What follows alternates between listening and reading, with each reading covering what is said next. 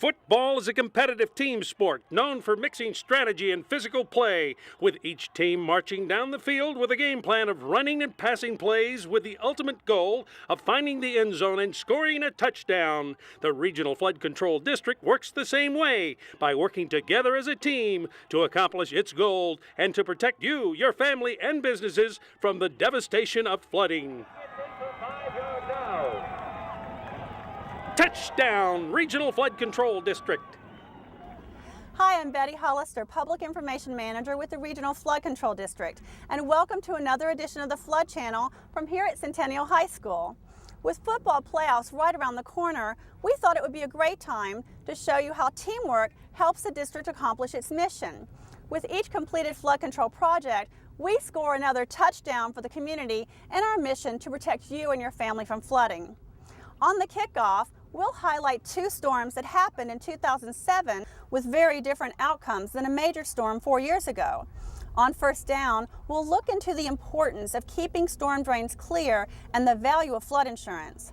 On Second Down, we'll take you on a Citizens Advisory Committee tour of current and future construction projects that in some cases are funded by developers, saving you and the taxpayer money for flood control. And on Third and Goal, we'll feature our Flood 101 and Pollution Solution segments along with the Centennial High School cheerleaders on this touchdown with a 2-point conversion edition of the Flood Channel.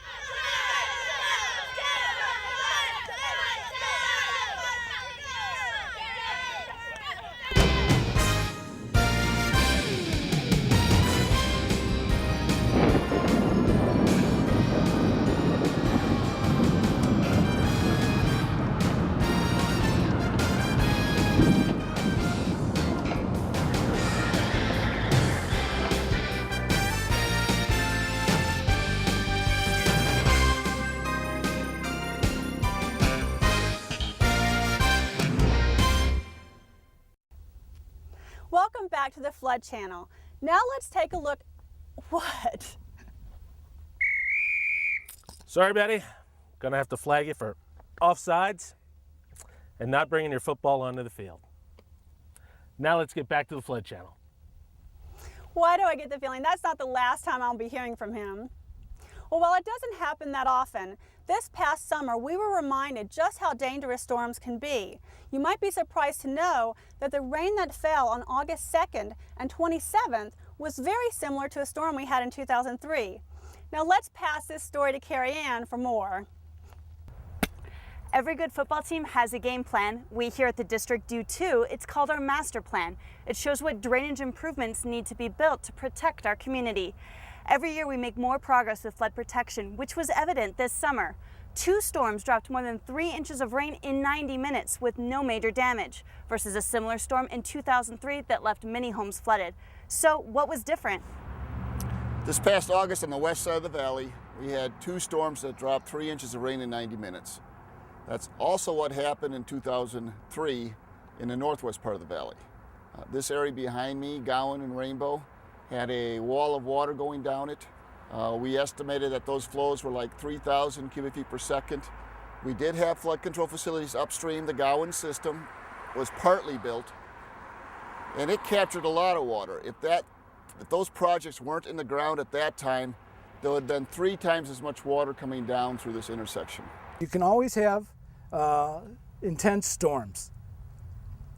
As time goes on, we're building more and more facilities, so the probability of flooding decreases. The probability of the rainfall stays the same. The likelihood of flooding decreases.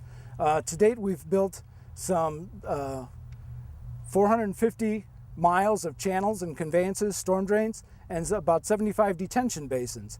We're well over halfway done with implementing the master plan, and each year other areas get protected. So we're making a lot of progress. Again, the storms that we had this summer were very similar to the storms we had in 2003. The level of damages were nowhere near comparable. One of the major differences, the storm, like I said, was very similar. The difference was location and the amount of flood control facilities that have been implemented. In 2007, the Desert Inn Detention Basin and the Lakes Detention Basin saw the most water ever. We had rain that fell 2 inches in 30 minutes. and 3 inches in 90 minutes. Same as what happened here, but the system was there. It directed the water into the basins. There was some damages done. There was roads washed out in Calico Basin, far west side near the Red Rock area. There were some homes that got wet, but that was not part of our regional system. That was more part of the local system, trying to get that tremendous amount of rain off the streets and through their subdivisions. And the facilities worked as they were designed. There were some damages, a little bit of flooding, but it was mainly due to a clogged system. It's not that the system didn't work, it was a trash day. And you have high winds associated with these storms. Trash cans get knocked over, you get water running down the streets, carries the trash into the inlets. It blocked that system up and caused some backwater, which caused some flooding. If you see trash in an inlet, call the Public Works Departments, call the Flood Control District, and we can notify those people, the appropriate parties, to come out and clean the inlets out so the system works as it should. Since 2003, we have built a mile worth of flood control channel that directs the water where it did rain extremely heavily in 2003 into the Gowan detention basins. And currently we have the next phase being built going up Lone Mountain to 215 to further collect additional flows and get it into the detention basins, thereby reducing the amount of flooding that happens here. Since then, we've put in a lot of storm drains and the other collection systems. In fact, we're in the design phase when that storm occurred in 2003. We knew they were needed, but it takes money you have to get enough money to hire people to construct them, to design them, and that was all ongoing. It was bad timing more than anything else. To put it in perspective, is virtually the same storms that happened twice in August of 2007 on the west side versus the storm that happened in 2003. The storm in 2003, there were close to 60 homes that got flooded. One was completely damaged, numerous swift water rescues, and just a tremendous amount of water flowing very fast and very deep running down the streets. Since that time, we've built additional pieces to that network to collect that water and get it into the basins. There's a lot more to do, but every time we build another piece of the system, another part of the area becomes protected. Through careful planning, design, and construction, the district continues to make progress on its mission to protect families, homes, and businesses from flooding. Now that's a touchdown. Thanks, Carrie Ann. After the break, we'll see Eric get in the game by keeping storm drains clean. If it starts to rain, stop the game. Be flood safe. See that clogged storm drain? Something like that, when it rains, will cause water to back up and flood our streets. Hello, Regional Flood Control District. I'd like to report a clogged storm drain. City and county employees are working hard to keep your storm drains clean. If you spot a clogged storm drain, call and report it. Help protect the environment by keeping our drains and washes clean. Report clogged storm drains by calling 455-3139.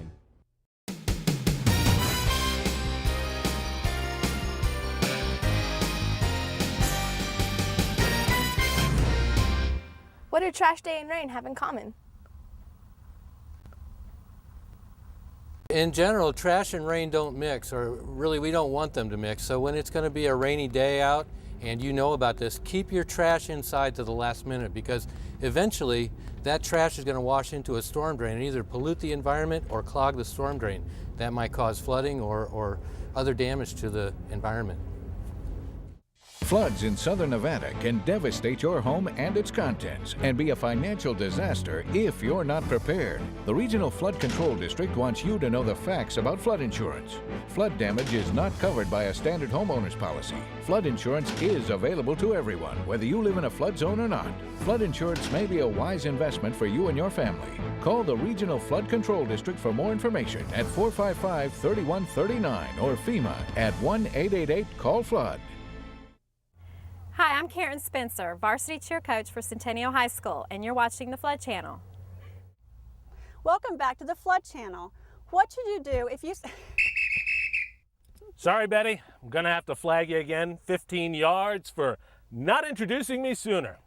Okay, Eric, Your turn to tell residents about how clogged storm drains can cause flooding. Go Long. Nice pass, Betty. Now, football's a team sport and we need you on our team. Keeping storm drains clear is where we need your help. So let's win this one for the Gipper and keep those storm drains clear.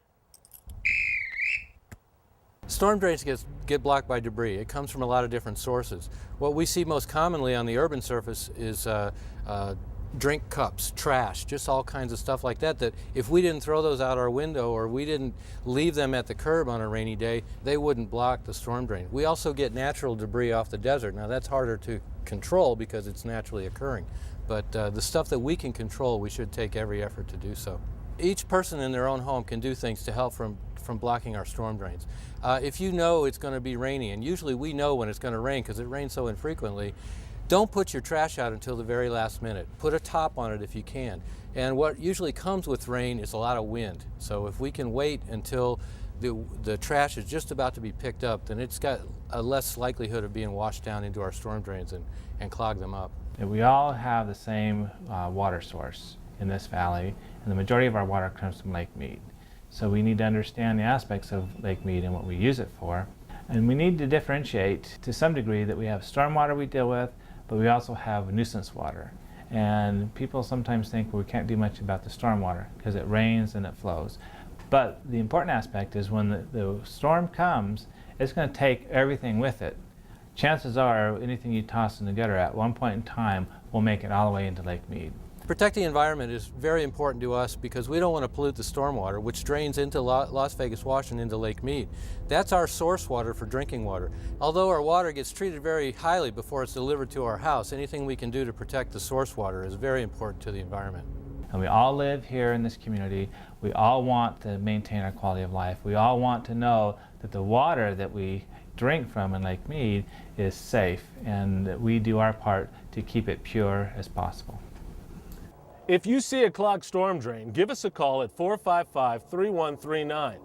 Clearing clogged storm drains can prevent flooding and protect the environment. But what about your home? Flooding is America's #1 cause of natural disasters and one that most people aren't prepared for. So what should the game plan be? It's important to have a flood insurance policy because, as a homeowner, you expect to take care of the small losses on your home. If the wind tweaks your storm door or something, you go out there and you fix it or you replace it. But when something major happens, whether it be a fire at your house or a flood, you can't be expected to be able to absorb that yourself. So it's important to have that flood policy because for just a few $100s a year, you can make sure that if your house is damaged by a flood, that we'll step in there or someone will step in there and completely repair, replace what has to be taken care of. What people think of a lot of times is, well, I have to repair things. What they don't think of is you have to pay a company to come in, again, scrape out all the mud and debris. And not only from the house itself, but from your property. That all has to be hauled away. It gets so extensive sometimes that people just don't understand that in a major flood, we're gutting the entire first floor of a house most times and starting from scratch. And what you have to think about is if you were going to go in and remodel your house, and you were going to gut the entire first floor, put in a whole new kitchen, all new bathrooms, everything, what would that cost you? It's not a $25,000 item. It's very easily $50,000, $75,000, $100,000. Flood insurance covers everything from repairing the building after a flood to cleaning up the debris. And sometimes that can be one of the worst things, just scraping out the mud and hauling all the damaged stuff away, to replacing your personal property.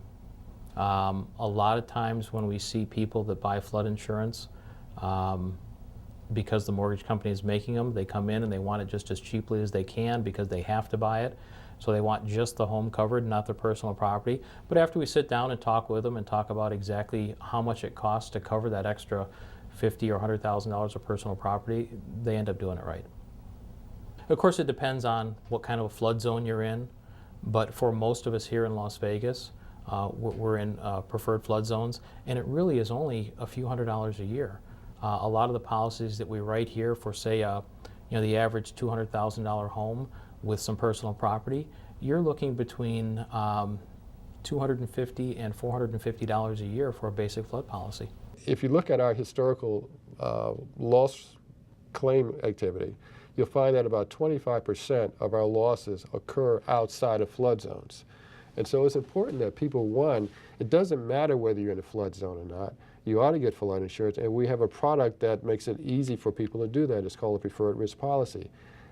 It starts at $111, and it covers both building and contents. And the bottom line problem here is that people don't perceive the risk. They don't think it's going to happen to them, and we have to make sure that, and this is why it's an ongoing problem, we're trying to find ways and creative ways to make people understand that you are vulnerable to flooding. I don't care whether you're in a flood zone or not. The reality is we'd all like to think that the government's going to step in and take care of us if there's a major disaster. If Las Vegas, if a big section of Las Vegas floods, we'd like to think that the government's going to step in and take care of us. It just isn't going to happen. I mean, it's not built that way. That's why they provide the flood insurance program. So that if you are concerned about a flood, or if you're in a flood-prone zone, you have the ability to protect yourself for only a few $100s a year. And if the federal government does step in and help, I mean, let's look at how things have happened across the country over the last few years. They step in with federal assistance. By the time they get to you and offer you money, how long have you been without your home? And can you afford to live without your home that long? And can you afford to let your home sit and not be repaired because you've got water damage, you've got mud in there maybe, you've got mold starting to grow? You may end up going from what could be a cleanup and repair job to maybe having to tear the house down completely because you've waited for the federal government to step in and try and help out. And again, even if they do, it's probably going to be very limited resources, nowhere near what it's going to cost to repair or replace your home, and it's going to be a loan. You're going to have to pay it back.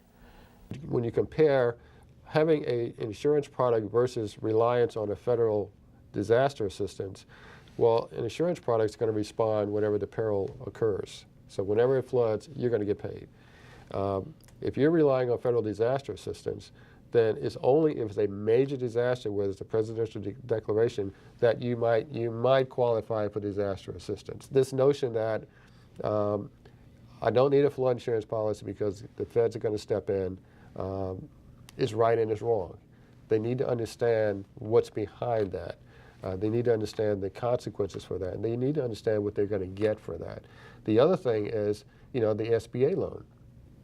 If you qualify for an SBA loan, let's say a $50,000 SBA loan, okay. Now here's what you're dealing with. You got to repay that loan. Now you've already got a mortgage over here, and now you got to pay that loan back. And let's say it's about $500 a month. You do the math on that.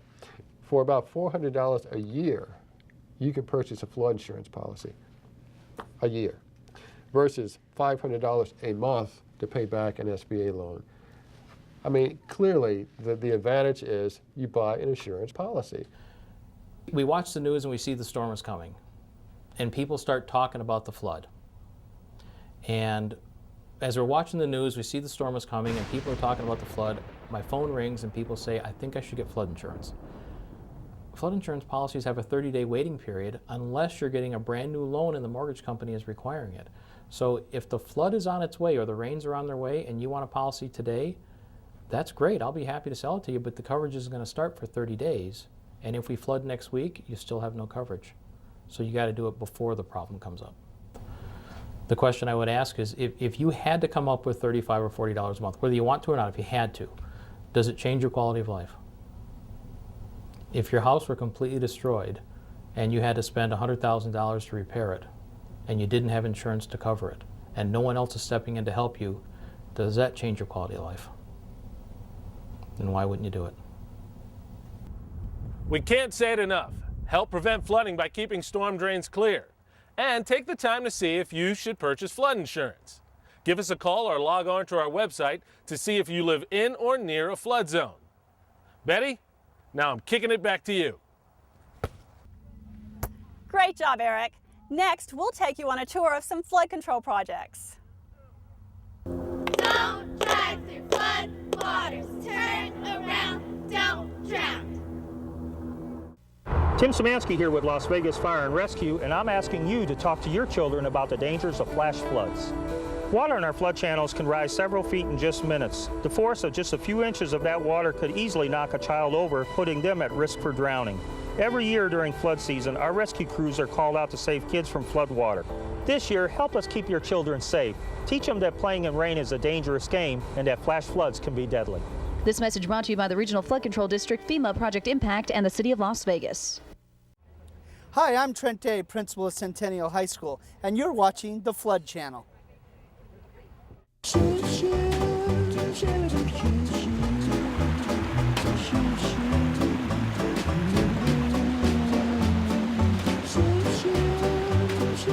Don't press your luck. Steer clear of floodwater.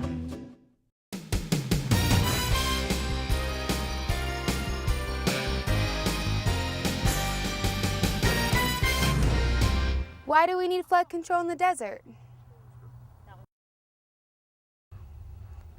Just because we don't get a lot of rain all year long, when a heavy storm hits and several inches of rain falls in a short amount of time and hits our hard desert soil, it doesn't soak into the ground, which can cause flooding.